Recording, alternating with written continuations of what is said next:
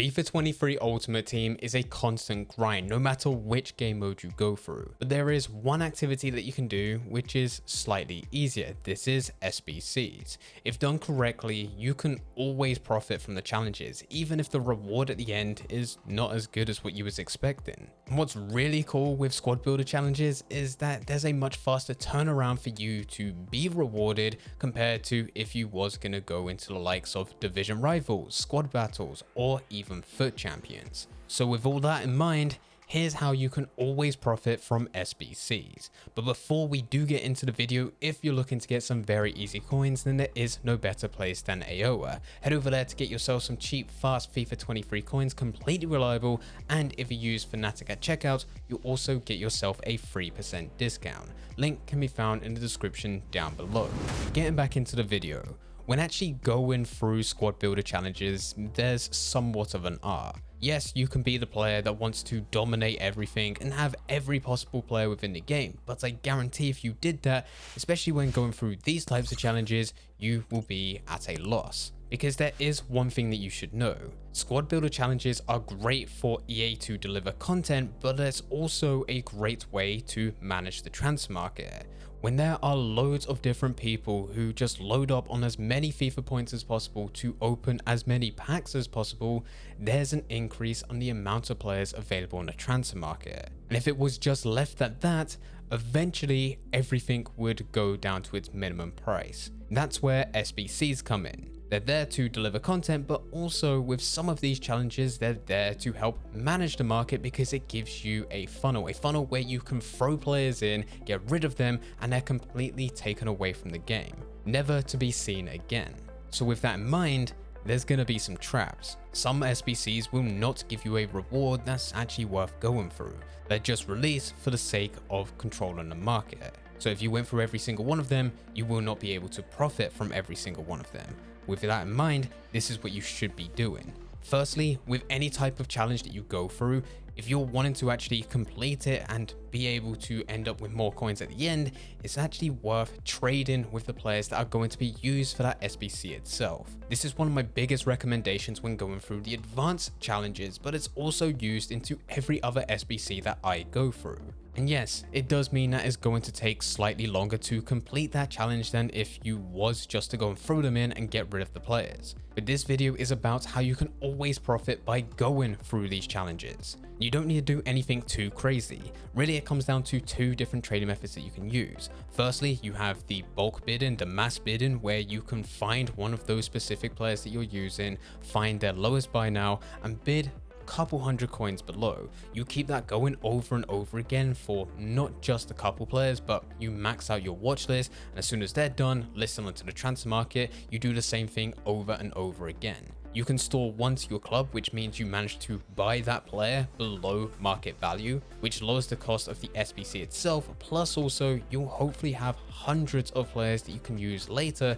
where you'll just send them over to the transfer list to go and list onto the transfer market. The other option, and this one's going to take a bit more time, is that you could sit there and snipe. If you sit there and try to snipe a player, you will be able to get them below their market value, making that challenge itself cheaper yet again. But also any other players you get after that, you can list them back onto the transfer market, where you're able to make a couple hundred to potentially a couple thousand coins, depending on the player and dependent on the price you're able to buy in at.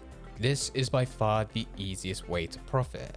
The second way in which you can profit is by preparing in advance. There are two different ways in which you can prepare in advance. The first way is just by buying into players when they're cheap. It's likely at some point within the future there will be a challenge which requires you to have a rating and requires you to have special cards, most likely Team of the Weeks. So this means when these types of players are cheap relative to their price throughout the rest of the year, this is the time in which you should buy them. Just store them into your club, hold them for a couple of days, weeks, months. It all depends when this SBC is released and when you actually get in, and eventually they will increase because they will have more demand for them as more players are trying to buy into them as they try to complete the challenge as it's live. This of course is fodder investing, and already I've stocked up on many different players. I've been able to sell quite a few players who have already increased, but I'm still keeping this going, and you could do this all year round. The other way in which you can prepare in advance, and this may not be something that every player enjoys, but it is by following the latest leaks available by a number of different communities out there. This does ruin the hype for a lot of people. They would like to get round to a Friday promo at 6 PM for it to release and for them to see it for the first time, but unfortunately that's not the way it is within FIFA 23. Nor has it been for many FIFAs. Every promo gets leaked, and if you know what's going to happen, there's a few ways in which you can prepare. If you know what's about to come, you're available to pick up players, pick up deals for potential SBCs that will release as part of a challenge. And there are some communities out there which have much more information based on the leaks compared to others. Some people may know what type of promo is coming, whereas others will know exactly what type of promo, what type of players, their positions, their ratings, and also the SBCs which will be involved and what they will require.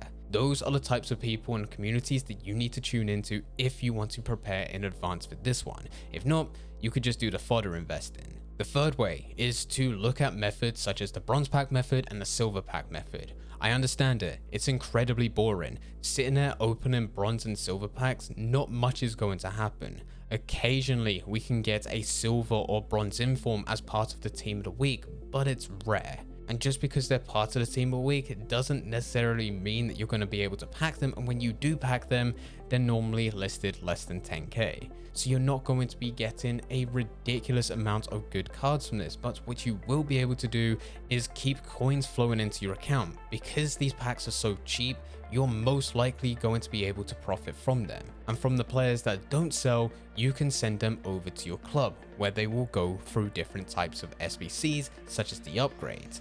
Upgrades are really good to go through. You go from bronze players to silver players to common gold players to rare gold players, and then hopefully out of those rare gold player packs, you're able to get something of value. Of course, it's untradeable, but something of value that you can use within your team, or maybe it can be an item which is used as fodder later down the road. But where this really comes into play is once League SBCs are added into FUT. League SBCs are exactly what they sound like. They're SBCs based around leagues.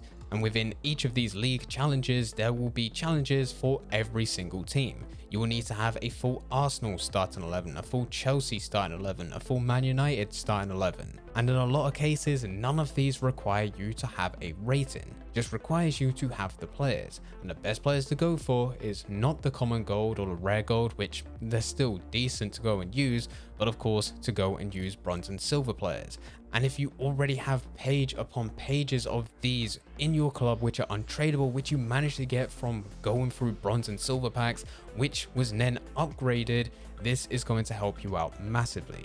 You've then taken a bronze player that you managed to get from a bronze pack which had no value, send them over to your club, and you was able to use them, which puts you in a much better position. And lastly, the fourth way in which you can profit from SBCs is going all the way back to our previous point right at the beginning. There are SBCs out there which have just been placed for the sole purpose of you losing coins so that they can control the market. This may give you a player in return, but that one player for how many players have been given up may not actually be worth it, especially if you're not going to use them. The SBCs that are always worth going through are your Foundation, Advanced, Upgrades, Marquee Matchups, League SBCs, Swaps when they're finally added, and the other one, which can sometimes be hit or miss depending what is required from them, is Player Picks. Every other challenge within the game, you should always question whether or not you're actually going to use them, whether they're actually good value for money, or if there's a better card which is valued less than what it costs to actually go through the challenge. If you find yourself going through these questions and coming to the conclusion that the player that is currently listed for this SBC is better than what's currently available out there, then by all means go through it. At the end of the day, it's your ultimate team and it comes down to you and how you most enjoy this game. But just know that it's not always there to actually deliver content.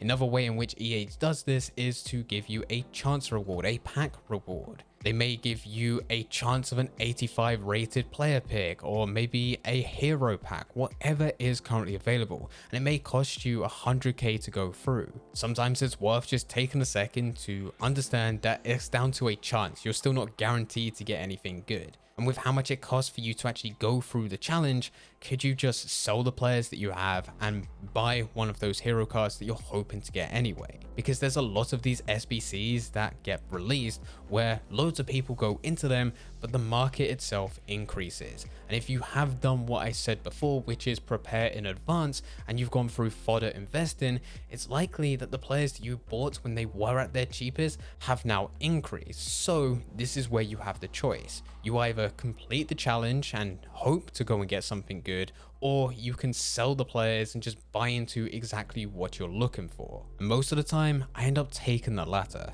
And this will give me coins that I can use later for other type of SBCs which are better valued, or go through the ones which I know are guaranteed to give me profit every single time. But this is how you can always profit from squad builder challenges. If you do have any questions, then please feel free to leave them in the comment section down below. But anyway guys, I hope you guys did enjoy it. If you did enjoy it, don't forget to leave a like and subscribe. But for now, I'm going to see ya.